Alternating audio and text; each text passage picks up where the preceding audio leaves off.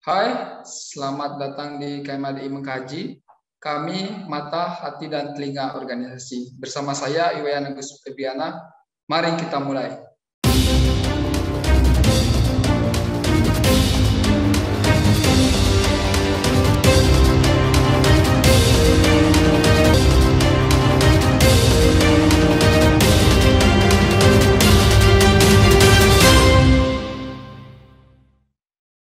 Baik, pada kesempatan kali ini kita akan membahas sebuah topik yang saya kira cukup serius tentang demokrasi yang dicengkram oleh oligarki.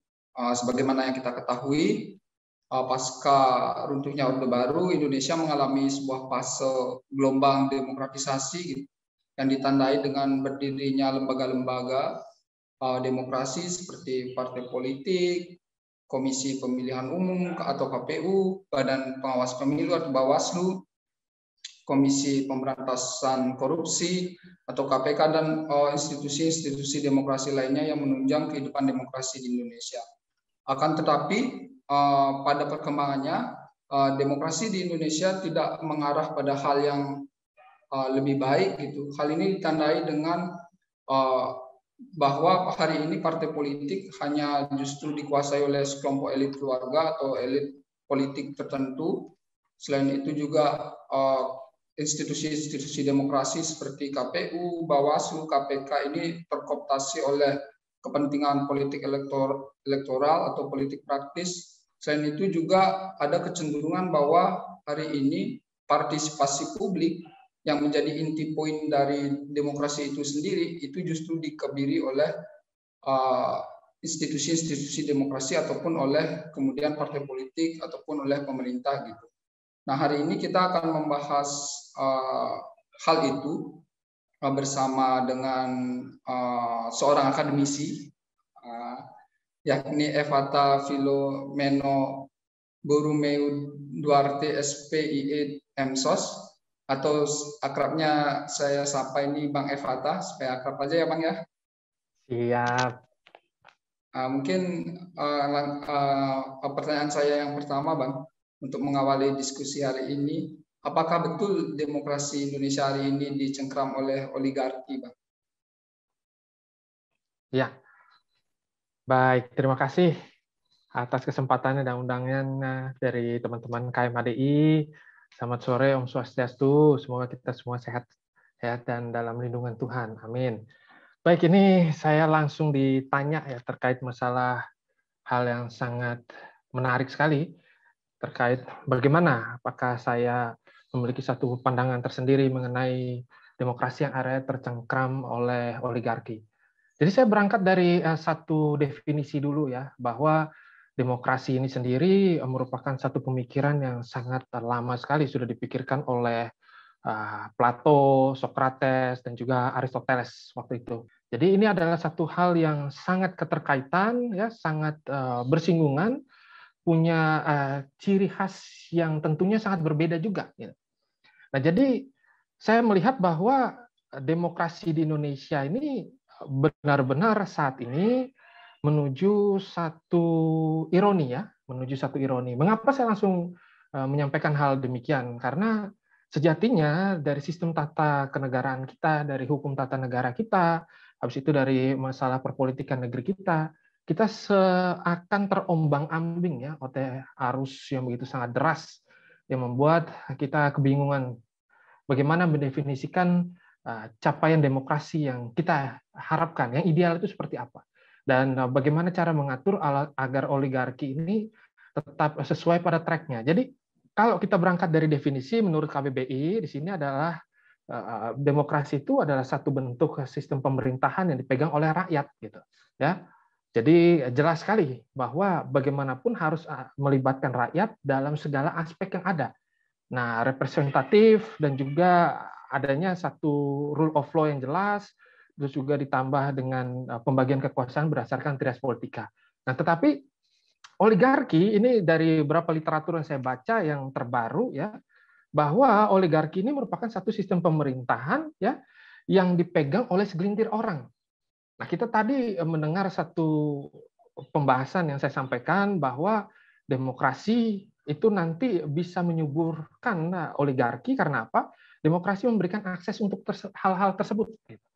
Jadi ini merupakan satu buah cara ya di dalam politik untuk melanggengkan kekuasaan, ya baik dengan cara elok maupun non elok. Tetapi oligarki sendiri tidak bisa kita diskreditkan secara umum bahwa dia itu selalu negatif, tidak selalu gitu.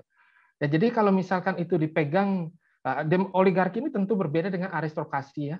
Jadi ini sangatlah berbeda gitu. Oligarki juga sangat berbeda dengan kapitalisme ya. Jadi kalau kapitalisme ini kan merupakan satu pemikiran dari ilmu dagang ya sesungguhnya. Dan sekarang dari beberapa literatur yang saya baca, kapitalisme sudah mulai mengalami satu guncangan yang luar biasa. Bayangkan saja kita menakuti kapitalisme, tapi kapitalisme juga sudah tercederai ternyata. Nah, oligarki ini adalah satu aspek kajian di dalam ilmu politik yang memang sangat menarik sekali karena hanya dipegang oleh beberapa golongan saja.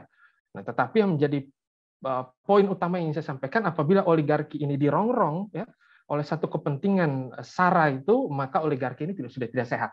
Yang nanti akan berimbas pada demokrasi yang kacau balau. Begitu sih kalau menurut saya. Tapi kalau secara definisi, kedua hal ini saling melengkapi ya. Karena menurut Gustav Le Bon ya, apa yang disebut dengan pemerintahan populer pada nyatanya hanya oligarki kecil daripada pemimpin. Gustav Le Bon menyampaikan seperti itu. Tapi nanti kita akan telaah dari aspek definisinya ya supaya kita memahami apa sih yang disebut dengan oligarki. Kalau menurut saya hati-hati di situ, begitu. Baik Bang, mungkin dalam konteks ini kita akan berbicara sedikit terkait oligarki yang negatif gitu. Dalam artian karena dia menguasai, ada sekelompok kecil orang, dia menguasai sumber daya politik, dia menguasai sumber daya ekonomi yang kemudian memiliki privilege atau akses yang justru sangat merugikan mayoritas orang gitu. Nah, baik, terima kasih. Ini pertanyaan langsung menjurus ya. Dari pertanyaan pertama sudah langsung menjurus nih. Saya kira masih hahaha dulu, langsung menungkik. Jadi begini, rekan-rekan sekalian, saya melihat bahwa kita harus mengenal demokrasi itu dengan baik dulu ya. Jadi demokrasi ini sendiri, menurut pemikiran dari para filsuf, itu akan berjalan dengan sangat apik apabila masyarakat atau elemen masyarakat itu sudah memiliki satu pengetahuan ya, knowledge yang sangat bagus, memiliki satu kesadaran. Nah, itu udah ada tingkatan daripada kita mempelajari ideologi sesungguhnya. Jadi saat dimana nalar ajar tulisan budi ini dapat hidup dalam sanubari kita gitu. Jadi objek daripada pemikiran demokrasi ini adalah manusia gitu. Ya, jadi pemikiran ideologis itu kembali lagi pada manusia. Nah, sekarang yang ingin saya sampaikan kepada rekan-rekan sekalian, siapakah yang akhirnya bertanggung jawab atas buruknya ya budaya politik di Indonesia akibat oligarki yang membabi buta begitu. Jadi kalau menurut saya dari beberapa referensi yang saya sudah baca ya, itu sesungguhnya kita harus kembali pada satu hakikat demokrasi itu sendiri ya, memberikan satu ruang publik, satu pemahaman agar kesempatan untuk berpartisipasi itu dimanfaatkan dengan satu etika. Nah, ketika manusia itu sudah memiliki etika, otomatis hal-hal negatif itu harapannya kan hilang. Ya, jadi kalau sudah memiliki satu filosofi dalam diri, otomatis segala sesuatu yang diharapkan, ya, menciptakan surga yang nyata bagi muka bumi ini bisa diwujudkan. Tapi nyatanya tidak ya, paritas-paritas yang ada dalam masyarakat ini, dan juga saya melihat kalau saya mengacu daripada pemikiran Niccolo Machiavelli, ya, jadi yang menjadi problematika di Indonesia ini karena orang mengambil pemikiran Niccolo Machiavelli itu sebagai roh untuk mempelajari ilmu politik ya, roh untuk nanti menjaga sivilisasi Indonesia. Jadi ibarat rumah kosong, kalau diisi dengan malaikat maka malaikatlah, kalau diisi dengan non malaikat maka non malaikatlah. Tetapi nyatanya politik tidak bisa seperti itu. Politik itu harus memberikan satu komunikasi yang baik, yang bagus untuk membentuk masyarakat yang nantinya ya bisa dikatakan kita akan menuju satu peradaban yang kita impi-impikan. Nah, jadi keburukan daripada oligarki yang ada di bumi Indonesia itu karena saya melihat bahwa permasalahannya itu bersifat sistemik ya. Jadi kita kenal dengan jelas bahwa Indonesia ini merupakan multi partai ya, menganut paham multi partai dalam sistem kepartaiannya. Jadi begitu sangat banyak kepentingan dan tarik-menarik di sana. Nah, tetapi sesungguhnya yang ingin saya sampaikan kepada teman-teman ada satu pemikiran dari seorang filsuf politik yang menyampaikan sesungguhnya negeri yang sadar itu adalah negeri yang terus ya berkecambuk dengan masalah. Jadi masalah oligarki ini ya kalau misalkan saya paparkan bagaimana kendala-kendalanya, itu banyak sekali partai-partai yang ya memiliki satu keterkaitan dengan mafia-mafia khusus ya. Jadi kenapa saya menyampaikan hal seperti itu? Jadi mafia dalam tanda kutip bukan mafia yang bagaimana-bagaimana ya, tetapi mafia dalam tanda kutip di sini yang memiliki niatan buruk ya untuk mengeruk keuntungan negara dengan kebijakan yang dibuat nantinya. Nah, ini karena tidak ada satu benteng yang kuat ya, benteng yang kuat untuk menjelaskan seharusnya bagaimana akibat lemahnya penegakan hukum ya.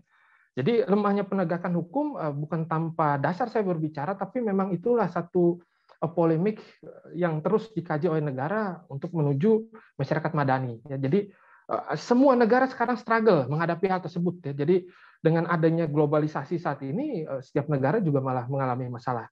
Nah, juga ada beberapa kebijakan yang diselewengkan, ya. Yang parah menurut saya adalah saat dimana kita memahami oligarki tadi, mereka memanfaatkan hal itu, ya, dan mentransformasikan hal itu menjadi politik untuk para politisi. Nah, ini gawat gitu ya. Jadi ini akhirnya terkungkung di sana untuk melanggengkan well-nya mereka gitu. Ya, jadi kenapa saya langsung menyampaikan hal ini karena ini benar-benar dapat tumbuh kembang dan bisa tidak disadari oleh para politisi sendiri, oleh para negarawan itu sendiri. Jadi ini sudah benar-benar sangat merongrong masuk sampai ke aspek-aspek yang paling fundamental sampai aspek suprastruktur serta infrastruktur. Jadi kalau saya menyampaikan bahwa problem utama daripada oligarki ya dari sisi negatifnya itu akibat dari globalisasi yang mengerikan saat ini. Nah, jadi esensi daripada globalisasi saat ini kita harus perhatikan dan harus kita lihat ya seluruh aspeknya. Bagus, ada juga yang negatifnya. Nah, negatifnya adalah kalau menurut teori politik yang saya pernah baca dari Douglas Creswell ya tahun 2017 ini bukunya menyampaikan kalau globalisasi digabung dengan digital yang pasti nanti akan terjadinya ketimpangan dalam masyarakat.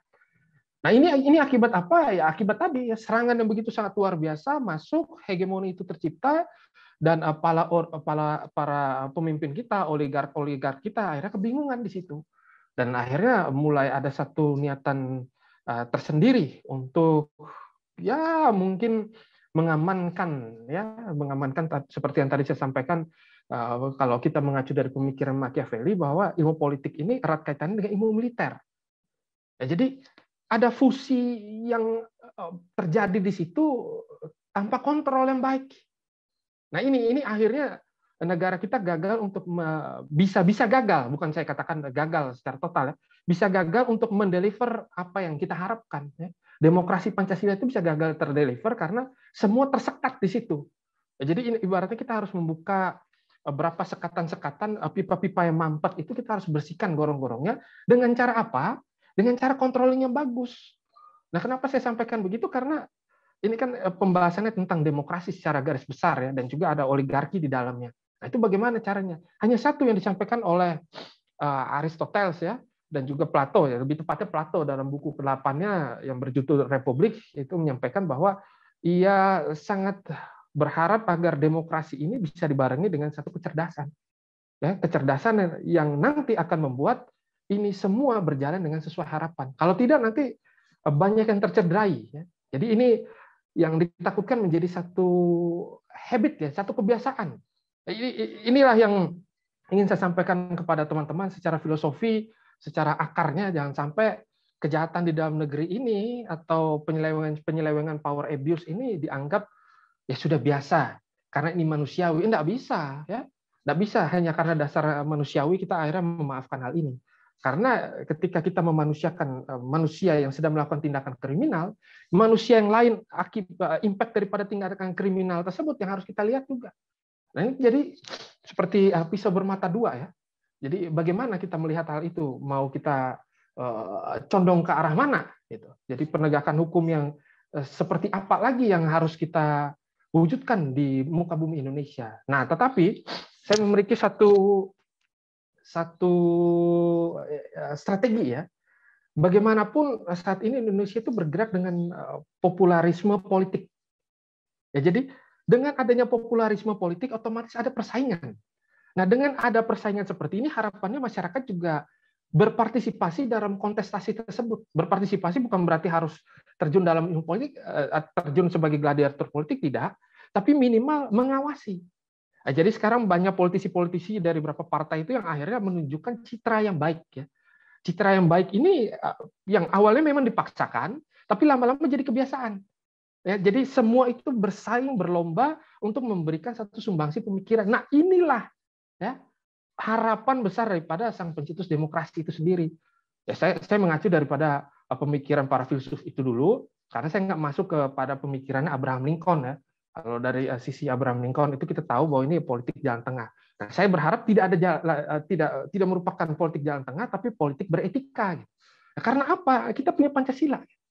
Ya, jadi dengan tadi yang saya sampaikan, globalisasi, habis itu kebangkitan kleptokrasi, ya investor yang bak rentenir, bahaya sekali itu. Jadi dia menginvest tapi dia menagih seperti rentenir. Ini harusnya kan negara menjadi berubah ya. Jangan malah stuck dalam suatu konsepsi bahwa kita itu harus sama-sama melanggengkan, harus sama-sama mengerti MOU tersebut. Jadi etiket good faith itu di atas segalanya. Tapi nyatanya negara bisa bertransformasi menjadi hukum publik. Nah, ini jangan sampai ya. Habis itu publik itu menjadi sapi perah ya. Jadi kekacauan informasi, disintegrasi dan lain sebagainya ini dibuat sedemikian rupa dan akhirnya mengacaukan segala sesuatu, tetapi mereka datang untuk memanfaatkan momen ini untuk kepentingan politis. Jangankan itu di mana-mana itu terjadi ya. Nah, inilah ngerinya studi politik. Kalau tanpa etika yang baik, maka ini bisa menjadi satu bumerang yang sangat mengerikan sekali bagi negara ini. Saya kira negeri ini harus membuat satu budaya politik yang baru, ya, agar oligarki ini sendiri pun punya etika. Ya, para oligark ini pun punya etika, sesuai dengan asas apa yang kita harapkan, sesuai dengan Pancasila, sesuai dengan Undang-Undang Dasar, sesuai dengan harapan para founding father serta masyarakat saat ini. Begitu sih kalau menurut saya. Tadi ada beberapa poin yang saya sampaikan, mudah-mudahan bisa dipahami. Tidak maksud menyinggung, tapi memang begitu kenyataannya. Gitu. Baik, Bang. Itu poin yang tadi yang Abang sampaikan sangat menarik. Mungkin yang menjadi sebuah pertanyaan adalah bagaimana faktor apa yang memungkinkan oligarki atau mafia-mafia ini kemudian beroperasi di dalam alam demokrasi Indonesia? Apakah ada faktor terkait biaya politik yang mahal ini sehingga para oligarki ini kemudian bisa beroperasi dalam alam demokrasi Indonesia karena mereka mempunyai modal ekonomi yang cukup untuk mensponsori biaya politik, atau bagaimana, Bang, dalam pengamatan Abang? Baik, ini nggak nyangka saya ya pertanyaannya akhirnya berkembang sampai di titik ini ya. Jadi saya merasa bahwa negara ini ya siklusnya itu antara politik dan ekonomi ini harus berjalan beriringan. Jangan sampai kebanting ya satu sisi. Contoh misalkan di eranya Soekarno itu bagaimana kita lihat ya, sisi politiknya luar biasa, sisi ekonominya mungkin ya, belum maksimal. Saya katakan belum maksimal, bukan berarti buruk ya. Begitu juga dengan eranya Soeharto, waktu itu sisi ekonomi sangat luar biasa, tetapi dengan indoktrinasi yang sangat kuat di situ. Dari sisi politik di sini ada beberapa hal yang tercederai ya. Tetapi kedua presiden ini memberikan satu sumbangsi yang sangat luar biasa. Nah, harapannya mencapai titik equilibrium berdua itu ya. Saat ini yang kita harapkan saat dengan masuknya kita ke era reformasi, kita menuju hal tersebut. Titik pengertian bersama di situ. Nah, tapi nyatanya titik ini masih ada sedikit tumpang tindih yang terjadi. Dan ini faktual ya. Saya melihat bahwa saya sebagai seorang akademisi bisa menyampaikan hal ini karena ini bukanlah satu rahasia umum lagi ya. Ini bukanlah satu rahasia milik golongan tertentu, tapi sudah jadi rahasia umum. Jadi wajarlah saya untuk berasumsi demikian karena setiap orang memiliki selera masing-masing, memiliki pandangan masing-masing. Nah, pandangan saya saat ini ya dari buku yang saya pernah baca ini ya. Jadi saya selalu bersumber dari sumber-sumber yang jelas agar semua ini sesuai dengan diskusi akademik kita ya. Menurut Sally Gottfried ya, contemporary oligarkis itu menjelaskan bahwa saat ini yang menjadi permasalahan adalah saat di mana oligarki ini bertransformasi ya bertransformasi untuk menguatkan dari sisi ekonomi saja gitu. Ya. Jadi mereka memanfaatkan sisi politis ini untuk kepentingan ekonomi. Ya, jadi mereka sudah tahu bagaimana cara untuk memenangkan kontestasi yang ada itu dengan cara menguatkan dari sisi finansial. Nah, kita tahu ketika mereka mengambil keuntungan dan mereka menyimpannya, dan yang menyimpan ini hanya para elit-elit tersebut, hanya para oligark ini menjadi satu problem. Nanti apa yang menjadi harapan kita itu akan bertabrakan dengan sendirinya. Tetapi ya saya melihat bahwa perkembangan-perkembangan ini bisa ditepis, ya. Bisa ditepis apabila kita tidak terlalu banyak, ya, tidak terlalu banyak ego sektoral ya dalam pembangunan kaca politik di dalam negeri kita. Gitu. Jadi saat dimana tugas dan fungsi ini jadi blur ya, yang disebut dengan distribution struggle nih. Pembagian kekuasaan udah jelas nih. Tetapi pada saat diimplementasikannya semua tumpang tindih gitu. Ya satu bisa menciptakan norma yang baru, yang satu akhirnya dianggap dapat menjadi ancaman yang baru. Contohnya saya tidak menampik ada beberapa politisi di Indonesia akhirnya mengatakan bahwa KPK ini adalah salah satu sumber atau ladang korupsi itu sendiri. Asumsi itu keluar akhirnya. Itu karena apa? Sudah terjadi ketidakpercayaan dalam publik. Nah, ini adalah satu bentuk transformasi globalisasi demokrasi menuju individualis, ya. Karena apa? Hasil daripada masyarakat-masyarakat yang ingin berbuat banyak ini malah mendapatkan satu tamparan keras, ya. Dan ketidaksesuaian inilah yang terus dimunculkan dalam negeri yang akhirnya membuat masyarakat menjadi seorang individualis. Nah, ini gawat sekali nanti ketika kita mengaca dari Pancasila, ya. Ketika kita mengaca daripada Pancasila, di sana jelas Ekasila itu gotong royong. Harusnya dengan gotong royong dari pemikiran ini, semua ini bisa tertepis dengan baik. Jadi dalam pemikiran kontemporari oligarki, ya, ini merupakan buku tahun 2019 ya. Jadi ini sangat luar biasa sekali. Ini di sini memuat beberapa pemikiran-pemikiran kiri, kanan semua diuji sedemikian rupa dan menemukan satu titik di mana kesimpulannya adalah para oligarki ini memanfaatkan politik ya untuk membuat satu kebijakan untuk kembali lagi melanggengkan mereka. Dan kembali yang ingin saya sampaikan, inilah salah satu bentuk pemerintahan dunia yang baru. Ini adalah satu hal konsekuensi yang kita harus perhatikan dengan baik-baik karena nanti para globalis tersebut yang memenangkan kontestasi ini, gitu. Dan para patriotik dari negeri ini itu kebingungan ya karena tidak memiliki knowledge yang baik, ya, tidak memiliki satu approaching yang bagus untuk menahan laju ini gitu. Padahal kita punya satu bukan cuma dogma ya, satu paradigma berpikir ya, yaitu Pancasila yang akan membentuk satu etika ya. Jadi dalam ilmu Pancasila di situ kan akan membentuk filsafat. Nah, dalam ilmu filsafat itu kan akan membentuk etika dan estetika. Harusnya kalau semua orang itu membentuk satu etika dan estetika, mau konsep apapun yang masuk itu sudah terrepel dengan sangat baik. Ya. Jadi kesadaran inilah yang harus dicanangkan. Maka dari itu kita tidak boleh lupa, bukan cuma dicanangkan ya, diimplementasikan minimal satu sila dalam kehidupan masyarakat. Karena kita tidak boleh lupa ya, bangunlah jiwanya, bangunlah badannya. Gitu. Jadi jiwa ini yang sudah terongrong ini harapannya tidak terongrong terus-menerus, dan kita punya hati nurani untuk mendekatkan pada etika-etika politik. Nah ini ya. Jadi saya ingin menyampaikan bahwa saat ini kalau teman-teman melihat bagaimana Slavoj Žižek ya, seorang pemikir kiri yang kontemporer saat ini, itu menyampaikan beberapa pemikiran-pemikiran yang sangat kritis, ya, mengkritik bagaimana perjalanan dunia yang baru saat ini dengan approach menggunakan ideologi kiri. Saya kira itu dalam dunia pemikiran, dalam dunia intelektual itu tidak jadi masalah. Ya. Tapi Indonesia ini akan sangat sulit karena kita alergi dengan hal yang sesungguhnya tidak menjadi satu ancaman sendiri bagi negara, kalau menurut saya. Ya, jadi harusnya kita bisa melepaskan diri dari penjara-penjara itu, penjara-penjara pikiran-pikiran itu. Karena kalau kita tidak mencari dan sampai pada titik kontemplasi, kesadaran kita untuk berbuat jauh lebih baik itu akan jauh lebih rendah. Karena kita hanya mematuhi tanpa menyadari. Nah, dalam tingkatan ilmu pengetahuan kan yang di awal itu kan dari kita tahu dulu ya, sampai akhirnya kita membagikan itu aksiologi. Nah, saya ingat dengan pemikirannya René Descartes. Ya, sekarang semua orang bicarakan René Descartes ya, cogito ergo sum.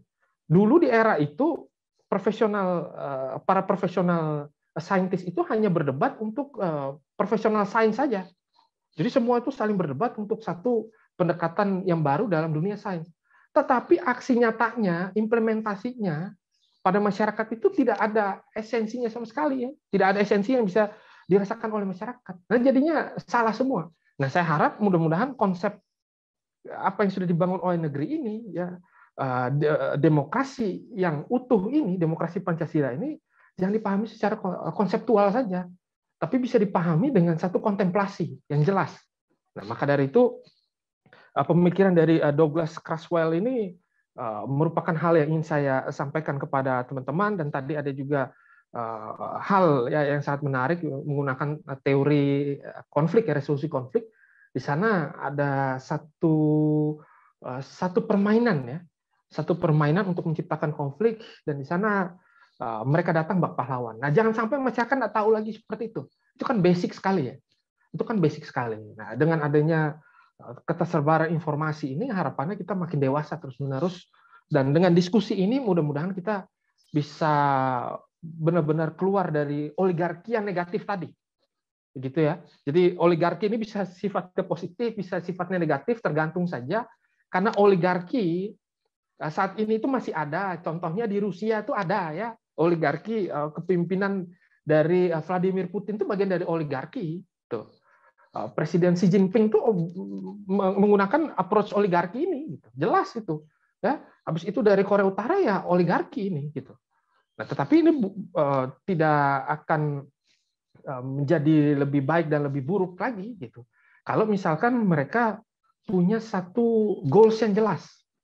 Nah, ini masalahnya. Kalau misalkan demokrasi menawarkan election yang hanya berjangka mungkin kalau 2 periode bisa 10 tahun, nah, maka dari itu kita harus hati-hati pra pemilu dan pasca pemilu.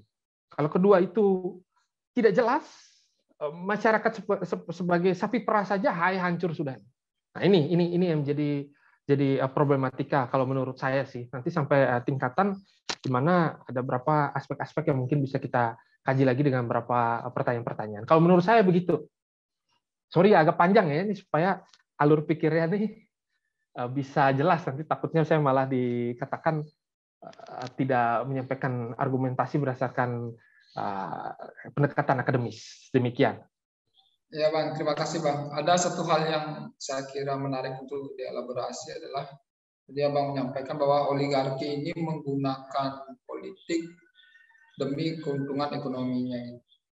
Nah, kalau siklus ini terus berlangsung dalam konteks ini di Indonesia, kira-kira menurut pengamatan Abang, apa dampaknya dalam sistem politik kita gitu? Kalau siklus ini terus berlanjut? Ya, baik. Kalau siklus ini terus berlanjut, yang saya takutkan kita menuju failed state ya. Kenapa failed state? Jadi ini sudah masuk ke ranah-ranah baik yang paling fundamental sampai dari ya kalau ya bisa kita katakan dari yang paling dasar sampai ke atas, dari atas sampai ke bawah, semua saling punya kepentingan yang masing-masing. Nah, bayangkan saja kalau misalkan seorang pemimpin negeri kita akhirnya mengubah paradigma berpikir bangsa kita secara spontan. Nih, bukti di mana paradigma ekonomi itu pernah berubah saat di mana Presiden Amerika Nixon ya, itu dengan teorinya yang mengubah kurs mata uang waktu itu. Ya, jadi Nixon shock ya. Jadi saat waktu itu Amerika itu tidak terima sama sekali dengan konversi mata uang ya, yang saat ini kita kenal bahwa kita punya cadangan devisa itu untuk menghitung kekayaan negara itu kan dari gold ya, dari emas. Nah, si Nixon ini tidak terima bahwa utang negara itu dibayar dengan emas ya, atau dolar itu digantikan dengan emas. Dia nggak setuju. Dia maunya dolar dengan dolar waktu itu. Nixon shock. Wah, kacau dunia ini. Kacau waktu itu. Maka dari itu terjadi satu dark age of economy waktu itu. Nah, dark age of economy ini yang akhirnya menyebabkan instabilitas dari negara-negara yang ketiga ya, third generation negara itu ya. Negara-negara yang masih sustainable itu masih membangun itu. Nah, inilah hal yang sangat luar biasa karena kita harus membuat satu pemikiran ekonomi yang komprehensif kalau menurut saya. Sesegera mungkin bagaimana kita buat caranya ya agar yang namanya ekonomi Pancasila ini bisa membentengi ya, membentengi dan kita tetap berdikari. Kalau tidak demikian, kita akan bingung. Konsep ekonomi kita ini sosialis kah? Konsep ekonomi kita ini Pancasilais kah? Konsep ekonomi kita ini apakah konsep ekonomi kapitalis kah? Liberalis kah? Karena kalau tidak dengan satu paradigma ekonomi yang baik, politik juga akan pontang-panting nanti. Jadi saya melihat bahwa di Indonesia ini orang masih hanya berpikir dari satu sisi, politik aja nih. Padahal kedua ini itu benar-benar harus ngeblend karena Amerika sudah lompat ke sisi yang lain. Dia sudah lompat pada sisi menjadi polisi dunia dengan permainan ekonomi. Gitu. Dan sekarang Indonesia yang kalau dari teorinya Walt Rostow ya, tentang sustainable economic itu di sana disampaikan bahwa awalnya kita masyarakat tradisional sampai di tingkatan produksi konsumsi massal. Nah, kita ini kan masuk pada sebelum kita tradisional dengan kuat, habis itu memproduksi dengan baik, kita sudah masuk pada era mengkonsumsi secara massal. Ini bingung kita. Nah, para oligark lah yang memegang itu semua. Tidak mungkin produksi itu dipegang oleh banyak orang, tidak mungkin. Inilah ekonomi, inilah kapitalisme begitu. Ini kan teori dagang sesungguhnya. Nah, teori dagangnya harus dilawan dengan teori dagang. Dulu teori dagang yang terkenal sekali ada pemikiran kiri, ya, pemikiran kiri sampaikan kontranya seperti ini. Tapi utopis, ya susah sekali diterapkan dan ya saya kira sudah tidak aktual lagi. Karena semua negara akhirnya bertransformasi menjadi kapital semua. Nah, jadi mereka mulai menggunakan invisible hand-nya mereka untuk membentuk kebijakan-kebijakan di negara-negara yang mereka jadikan pasar konsumsi itu. Nah, tetapi Indonesia sekarang sudah menyadari, kalau menurut saya. Salah satunya adalah saat di mana Presiden Jokowi kemarin menyampaikan bahwa kita ini sedang sekarang sudah membangun pertambangan nikel ya. Jadi smelter nikel ini harapannya nanti akan menyadarkan dunia kita yang selama ini hanya memproduksi raw material keluar, sekarang ini harus diproduksi oleh diri sendiri. Kita harus berdikari. Nah, ini hal yang sangat positif.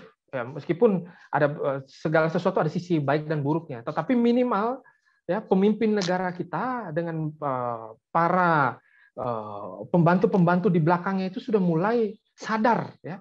Kalau kita main-main, kita bercanda dengan masalah ekonomi, dan kita hanya memberikan satu mimpi yang luar biasa, ini adalah satu penipuan ya, satu penipuan massal yang kita tidak sadari.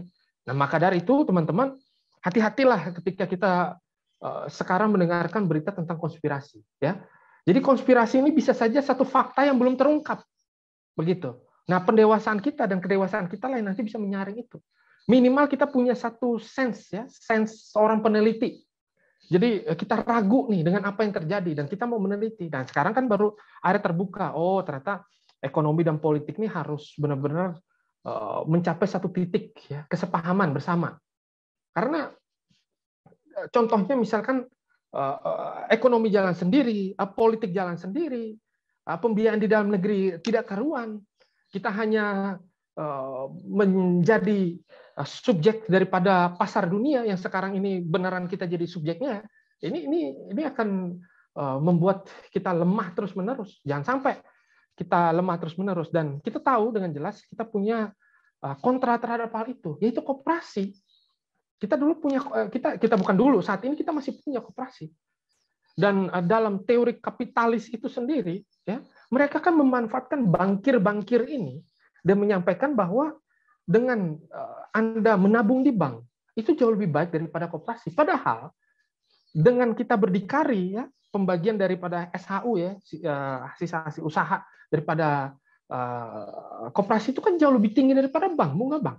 Ini kan satu teori yang mereka gunakan dan kita tidak sadari dari dulu sampai sekarang. Bukan saya bilang bank itu buruk, enggak ya, tetapi kalau misalkan masyarakat juga bisa berdikari dan diberdayakan dengan satu sistem ekonomi yang matang di situ, Ya, ini kan akan sesuai dengan tujuan negara kita gitu. Sudah cerdas, ya. Nah, sekarang gimana caranya kita makmur? Makmur nih salah satu kekuatannya itu ekonomi, nggak bisa hanya satu bualan dari sisi politik, nggak bisa, nggak kuat. Ya, itu malah malah malah akan menimbulkan satu komunikasi politik yang buruk di situ. Nah, jangan sampai ya, jangan sampai di situ. Dan saya ingin paparkan bahwa di New Zealand itu kan menggunakan satu pemikiran dari Bung Hatta dengan sangat baik ya. Ya, jadi New Zealand benar-benar memiliki pembangunan ekonomi yang baik karena apa? Mereka menggunakan koperasi itu. Nah, ini kan pemikirannya buahnya dari Bung Hatta.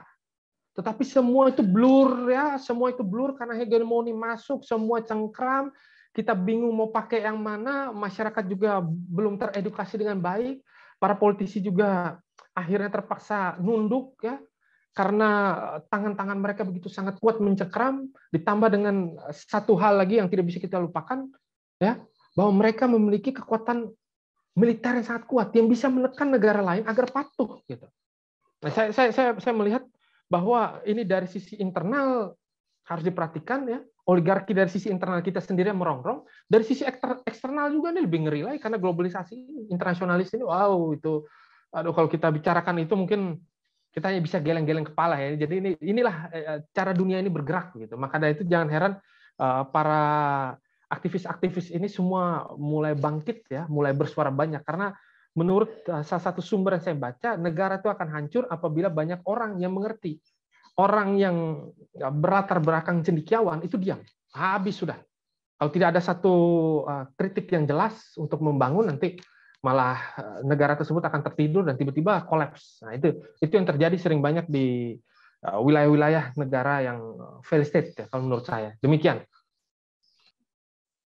Baik Bang, ada hal yang menarik juga yang tadi Abang sempat sampaikan bahwa politik dan ekonomi ini harus sejajar. Namun dalam konteks hari ini kan kecenderungannya bahwa hari ini politik dan ekonomi itu justru dikuasai oleh segelintir elit tadi yang disebut oligarki atau kalau dalam bahasa Abang tadi adalah mafia. Dia adalah seorang pemilik partai, namun juga seorang pemilik perusahaan besar. Dalam konteks hari ini banyak kita melihat kasus-kasus demikian. Bahkan dia juga pemilik media besar.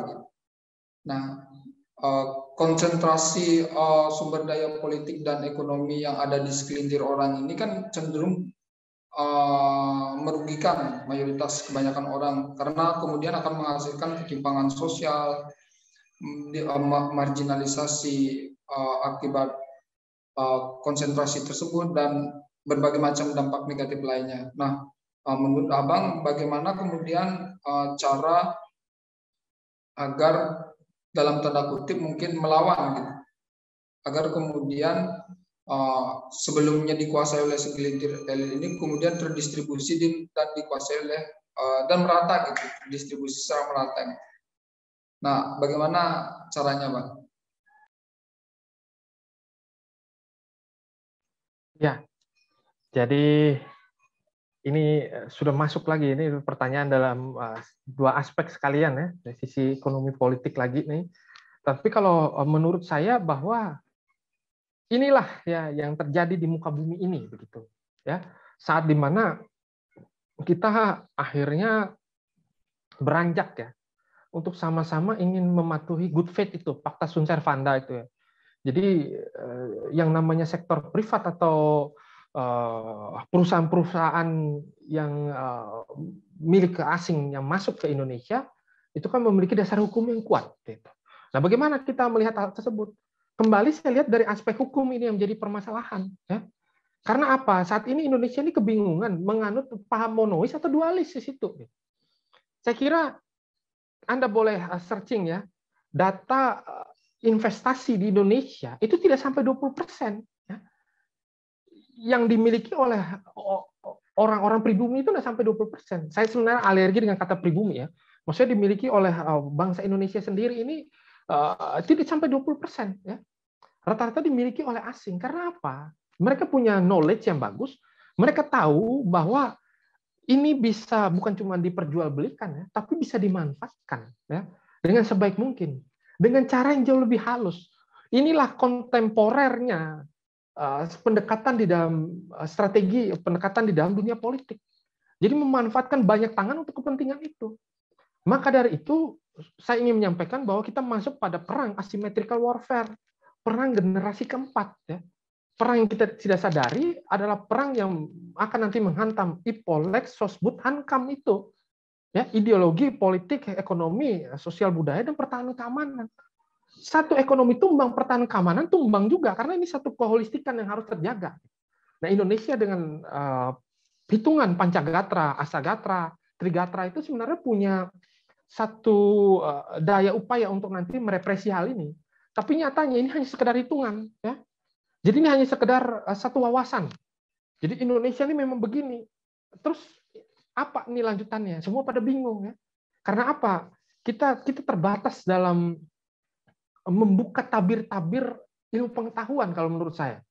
Ya, jadi seakan ketika kita membahas hal ini tuh jadi seperti membahas masalah agama ya kalau menurut saya yang tidak boleh diintervensi gitu oleh akademisi sekalipun gitu. Dan ketika kita berbicara entah kita salah entah kita benar, yang penting kan kita di sana membuat satu penyadaran bagi publik ya. Tapi bisa saja ada yang mengatakan bahwa kamu nih kayak terlalu berlebihan, kamu ini terlalu begini. Seolah-olah yang namanya selera itu bisa diperdebatkan dan bisa dicengkram ya. Padahal nggak boleh, dalam asas hukum itu nggak boleh. Yang namanya selera, yang namanya freedom of speech, yang namanya segala sesuatu aspek-aspek yang edukatif sifatnya itu nggak boleh ada yang menghalangi di situ. Nah, kalau tidak ada yang menghalangi, otomatis akan ada tercipta kelompok yang sadar. Itu saja sih sebenarnya kalau menurut saya nih. Kalau ada sudah kelompok yang sadar, nanti kelompok yang sadar ini akan merumuskan satu kebijakan, ya bukan kebijakan saja, rekomendasi. Ya kalau kebijakan kan harus melalui representatif ya jelas di situ. Ya, kita juga nggak main asal-asalan ya. Tetapi tadi saya sampaikan dari sisi monois, dari sisi dualis kita bingung ya. Kita tahu bahwa kita menganut sistem hukum kita Eropa kontinental. Nyatanya ada omnibus law. Omnibus law itu dari civil law system dari Amerika. Ini bagaimana? Kan semua jadi bingung nih ya. Terus saya tidak ingin back kepada hal tersebut, tetapi hati-hati gitu loh. Jangan sampai kita menganggap bahwa pemikiran dari asing ini itu bisa selalu acceptable di Indonesia, selalu klik dan klop di Indonesia, nggak selalu. Ya ini berarti kita tidak mempercayai ya, tidak mempercayai budaya mengkristal yang ada di Indonesia ini. Contoh, pemikiran dari Van Vollen, contoh nih ya, dari sisi aspek hukum nih ya. Kita dari abad ke-18 ya, sebelum dari abad ke-18, 15 segala macam itu kita tahu bahwa masyarakat kita punya 19 elemen hukum di situ ya, rekring gitu. Nah, ini kan berarti satu kecerdasan untuk nanti menahan ini. Nah, negara-negara luar sebelum mereka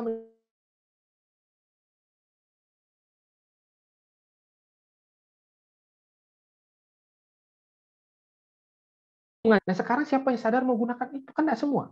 Akhirnya kita dengan bangga menggunakan pemikiran-pemikiran dari Barat yang sebenarnya dimuat sendiri untuk nanti meloloskan pemikiran mereka lagi. Jadi mereka membuat antitesis yang sesungguhnya mereka sendiri yang buat. Sintesisnya ada kepentingan mereka lagi. Ini gawat sekali. Mereka menyampaikan contoh ya. Dunia ini kan bergerak dengan standar. Ya mereka datang nih bak pahlawan. Oh ya, kita bergerak dengan standar nih. Anda harus ikuti standar kita. Kalau Anda tidak ikuti standar kita, Anda tidak bagus. Ya. Jadi kondisinya Indonesia dikatakan tidak maju karena non standar. Nah, mereka datang dan mereka ciptakan sintesis yang baru nih. Oh iya, dengan Anda sudah berstandar, maka Anda akan mengacu dari pemikiran kita. Akhirnya kita depend sama mereka, terus depend, akhirnya kita bergantung. Sudah apa yang dikatakan sama diri kita anggap sebagai kebenaran. Maka dari itu ini adalah perang informasi. Ya, perang informasi ini harus dibarengi dengan satu tadi karena apa yang tadi disampaikan oleh kawan kita Agus ya, menyampaikan bagaimana nih kan dipegang oleh mereka. Nah, karena mereka tahu nih ya. Saya tidak ingin mengatakan bahwa ini selalu buruk, tidak. Tapi jangan sampai mereka menciptakan satu kebiasaan bahwa dengan penggiringan opini ya tanpa menekankan etika jurnalis itu adalah hal yang biasa yang bisa diterima oleh publik. Jangan sampai. Ya kalau ini dianggap biasa-biasa saja karena kita hanya menerima pengetahuan itu dari para pencerah bangsa ini, ya, baik para akademisi, ya, para golongan-golongan cendekiawan lah bisa dikatakan, ini gawat sekali kalau sudah terpolitisir. Oh ini langsung hancur kita nih ya kalau misalkan semua akhirnya sepakat. Saya selalu menyampaikan dari dua sisi. Ada sisi yang positif, ada sisi yang negatif, ada sisi yang memang harus kita perhatikan ya. Karena dalam berapa seminar-seminar yang pernah saya ikuti, semboyan-semboyan bad news is a good news itu dianggap biasa. Ini kalau dianggap biasa, seperti tadi apa yang ditanyakan oleh Bung Agus ini bagaimana saya melihatnya? Ya jadi biasa juga kalau dikuasai oleh oligarki. Maksudnya ketika mereka mempelintir hal ini, ya kita anggap biasa karena ada satu etika yang boleh mereka langgar. Nah kalau kita dengan tegas katakan nggak boleh, gitu. Ya boleh, gitu. Nah ini gawat sekali kalau kita masih punya satu toleransi atas tindak kejahatan, ya. Jadi kalau ada satu toleransi terus-menerus dalam tindak kejahatan, korupsi merajalela, KKN merajalela, susah kita mau lawan. Mau pakai apa lagi? Hukum sudah komprehensif, ya jelas sudah ada. Ya, barang siapa mengkorupsi, di situ melanggar HAM. Ya. Nah, ketika kita sudah tahu ada penegakannya, kita punya kondisi penegakannya, kita juga punya komisi yudisial. Bisa mereview kembali, bisa melihat kembali. Kalau mungkin ada putusan-putusan tidak sesuai, tidak masuk akal di situ, bisa. Mekanisme sudah diatur, tapi kok masih ada? Kan bingung kita. Makanya inilah yang diharapkan jangan sampai nalar ajar terusan budi ya, falsafah yang sudah kita pegang ini, nilai-nilai Pancasila dari kecil saya belajar Pancasila sampai di akhir detik ini saya juga menjadi pengajar Pancasila. Itu hanya dari aspek kajian historis saja. Saya pelajari Pancasila karena tanggal segini itu Sumpah Pemuda ya. Habis itu tanggal segini dulu ada peristiwa Rengas Dengklok. Waktu itu ada ini, tapi esensinya mati. Oh, itu gawat sekali. Jadi kalau menurut saya tadi ada beberapa hal yang ingin saya sampaikan, tapi memang saya sering menjawab dari sisi filosofi ya. Karena saya merasa bahwa kita ini sudah darurat filosofi. Jadi kita melupakan bahwa sila pertama kita tuh memfungsikan bagaimana kita memiliki satu relasi yang kuat dengan Tuhan. Jangan sampai relasi yang kuat dengan Tuhan ini akhirnya kita muntahkan dalam perilaku kita. Keseharian kita. Ini jelas sekali bahwa Pancasila itu Weltan Scout-nya bangsa Indonesia, paradigma berpikirnya, filosofi ground slack-nya, atau pakai teori penjenjangan norma, stat fundamental norm misalkan, ya, lex superior derogat legi inferiori, lex specialis derogat legi generali, segala macam teori kita sudah pakai, tapi implementasinya nehi. Ini gawat. Jadi jangan sampai, kalau menurut saya sih implementasi harus dengan satu guidance yang kuat, harus dengan satu check and balances. Itulah esensi yang utama yang kita harus bangun kembali. Itu kalau menurut saya. Baik Bang, yang terakhir Bang, mungkin harapan untuk sistem demokrasi kita bagaimana? Kalau harapan Abang? Wah, ini langsung pada rekomendasi ya. Jadi kalau menurut saya sih sebelum membuat kebijakan ini kita harus ingat bahwa hukum ini harusnya seperti pemikiran Profesor Utrecht ya, harusnya nanti membahagiakan kita gitu. Ya. Jadi dari sisi yudikatif ini harus punya roh. Ya. Jadi kalau semua pembagian kekuasaan ini dengan satu roh yang jelas untuk pembangunan nasional kita di situ akan benar-benar berdikari kalau menurut saya. Ya, tetapi kita akan hancur saat dimana kita tidak menggunakan banyak approach untuk menyelesaikan satu konflik tanpa masalah. Ya. Jadi harapan kita negaranya harus menyelesaikan masalah tanpa masalah. Dengan cara apa? Dengan cara memiliki banyak variasi approach itu. Nah harapan saya kita sudah terbiasa dengan tipe-tipe model dalam demokrasi. Ya. Jadi ada demokrasi Pancasila, ada demokrasi plutokrat, ya, ada demokrasi terpimpin, ada demokrasi tidak langsung, ya, ada demokrasi formal, dan lain sebagainya. Ya, tipe-tipe demokrasi atau tipe-tipe politik di dunia ini, ketika kita sudah kenal dengan baik, kita kenali juga access output daripada pemikiran-pemikiran itu. Nah, kenapa saya sampaikan demikian? Karena kalau orang tidak kenal, orang tidak akan tahu. Nah, kalau orang sudah tidak tahu, orang bagaimana membagikan nilainya? Yang kita kenal sekarang demokrasi saja, padahal tipe demokrasi kan banyak. Nah, kita kan sudah punya demokrasi Pancasila. Nah, sekarang masuk lagi satu pemikiran dari jargon Habermas, pemikiran demokrasi deliberatif di situ. Saya dulu dalam skripsi saya pakai teorinya Jürgen Habermas ya. Jadi pemikirannya Jürgen Habermas ini sangat luar biasa menarik sekali. Ini adalah pemikiran dari tahun 1992 ya. Tapi sebelum itu Jürgen Habermas memang seorang ahli atau bisa dikatakan filsuf politik lah. Luar biasa sekali pemikirannya tentang teorinya kopi dan salon ya. Saat di mana ruang-ruang tempat barbershop itu, tempat potong rambut itu ada ruang-ruang yang paling punya harkat dan martabat yang paling tinggi. Karena di sana terjadi satu interaksi ruang publik sang pemotong rambut dengan sang yang dipotong rambutnya. Jadi diskusi mereka tuh diskusi kenegaraan, dan tempat-tempat ruang kopi waktu itu ada tempat diskusi kenegaraan. Jadi ada satu pendewasaan. Nah, harapan saya negara ini bisa mendeliver itu juga ya. Jadi dari sisi perencanaan kebijakan sampai nanti kebijakan itu diterapkan, dinasionalisasikan, itu melibatkan rakyat. Ya, karena bagaimanapun Kratos ini harus melibatkan demos. Jadi kalau tidak, itu tidak menjadi demos Kratos itu gitu. Itu kan logikanya. Ya. Jangan sampai negara kita menjadi satu akhirnya berpikir secara salah, logikal falasi ya. Atau membuat satu demokrasi semu. Jadi ya sifatnya demokrasi, ya asas-asas demokrasi terakomodir tetapi semu. Karena bingung orang apa yang mau kita mau. Maka dari itu mudah-mudahan negara itu bisa memanfaatkan ruang-ruang publik ini dengan sangat baik ya. Bukan berarti saya setuju secara total, tapi minimal kita terbiasa ya memanfaatkan ruang publik untuk pendewasaan.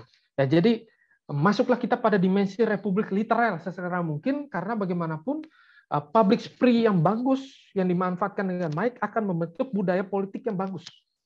Ya, saya tetap meyakini hal demikian karena dari sisi sistem kepartaian, sistem keterwakilan, dan kesadaran politik di Indonesia ini itu memerlukan satu pecutan ya. Kalau menurut saya, satu pecutan yang harus memang dipaksakan oleh negara ini agar nanti kita bisa menangkal apa yang menjadi serangan-serangan yang sudah diatur oleh negara memanfaatkan non-state atau state actor itu sendiri. Jadi kita berada pada dimensi perang. Nah, maka dari itu kalau kita tidak ideal juga di situ, ya, karena bagaimanapun teman-teman, kita percaya bahwa ada semboyan di dalam hukum, fiat justisia ruat caelum, ya, meskipun langit runtuh, keadilan itu harus ditegakkan. Nyatanya dalam implementasi ini banyak sekali hal-hal yang tercederai. Nah, maka dari itu dengan segala filosofi-filosofi yang sudah kita miliki, ya, dengan pendekatan budaya politik yang sudah jelas di sana, dari beberapa pemikiran-pemikiran yang tadi saya sampaikan yang harusnya bagaimana, ya, membuat satu bargaining politik yang sehat untuk menciptakan satu budaya politik yang sehat, itu adalah harapan besar kita bersama. Dan ya saya melihat bahwa kita kalau bisa jangan terlalu terfokus ya untuk melihat dan membahas lagi isu-isu non esensial, ya, karena ketika kita membahas isu non esensial, saya takutkan dunia itu melihat kualitas masyarakat Indonesia ini masih suka dengan isu non esensial. Kalau masyarakat Indonesia masih suka dengan isu non esensial, berarti pemanfaatan demokrasi ini tidak sesuai dengan harapan kita jatuhnya. Ya, tidak ada satu pesan pemerintah yang nanti bisa membuat kita punya semangat lagi. Jadi yang kita bahas itu adalah dari sisi entertain saja semuanya. Ya, jadi kita enggan untuk lagi nanti melihat dan merekonseptualisasikan kembali negara dalam pandangan ideal kita gitu. Bukan berarti kita selalu harus lompat sana kemari, tapi minimal kita bisa mengatakan ya karena memang ya, daripada seharusnya tidak, kita katakan ya di situ karena kekurangan knowledge. Nah, itu sih yang ingin saya sampaikan. Jadi ya, pembaruan sistem keterwakilan penting ya. Dan juga budaya partai politik itu harus jelas, komunikasi partai politik yang terbangun juga harus akuntabel, ya, clear di situ, dan juga penguatan institusi representatif kita juga, kita jangan lupa bahwa kita punya akses untuk memilih wakil-wakil rakyat yang berkualitas, maka pilihlah wakil rakyat untuk nanti mengangkat harkat martabat kita. Jangan malah memilih mereka-mereka yang punya niatan buruk itu lagi. Ya, kita tahu nih, tapi karena tidak punya pilihan, nah ini kan gawat. Nah, ini kan berarti kita akhirnya masih terjebak di situ, ya. Dan yang terakhir adalah jangan lupa negaranya harus terus mencerdaskan masyarakat dengan satu pendidikan politik. Nah, semua itu punya anggaran kok untuk pendidikan politik, tapi kok pendidikan politik yang kita terima kan akhirnya membuat orang alergi lagi dengan politik, yang akhirnya mereka para oligark ini enak bergerak karena nggak ada yang mau peduli lagi di dalam. Nah ini harapan saya, mudah-mudahan demokrasi Pancasila yang sesuai harapan kita bersama ini dapat termaktubkan dengan baik dalam sanubari kita. Begitu. Baik Bang, harapan yang Abang tadi sampaikan sekaligus juga menutup kegiatan KMADI Mengkaji ini. Teman-teman, tadi kita sudah banyak melakukan pembicaraan, mulai dari apakah demokrasi Indonesia ini tercengkram oleh oligarki, kemudian bagaimana oligarki beroperasi dalam sistem demokrasi di Indonesia, kemudian apa dampaknya dari beroperasinya oligarki dalam sistem demokrasi, sampai pada harapan tadi yang disampaikan oleh Bang Epata, bagaimana pendidikan politik itu sangat penting untuk kemudian bagi kita dalam rangka mensejahterakan masyarakat kita, melek politik dan semacamnya. Baik, mungkin terakhir saya tutup dengan sebelum saya tutup, mungkin teman-teman jangan terus saksikan KMADI Mengkaji ini, setiap bulannya akan hadir gitu, dan terus amati kami juga gitu, tim kajian dan isu KMADI Mengkaji.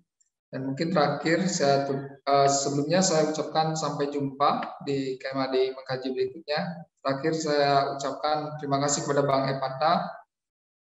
Salam, selamat sore, Om. Santi Santi, Om. Om Santi Santi, Om. Terima kasih. Ya Bang, terima kasih Bang.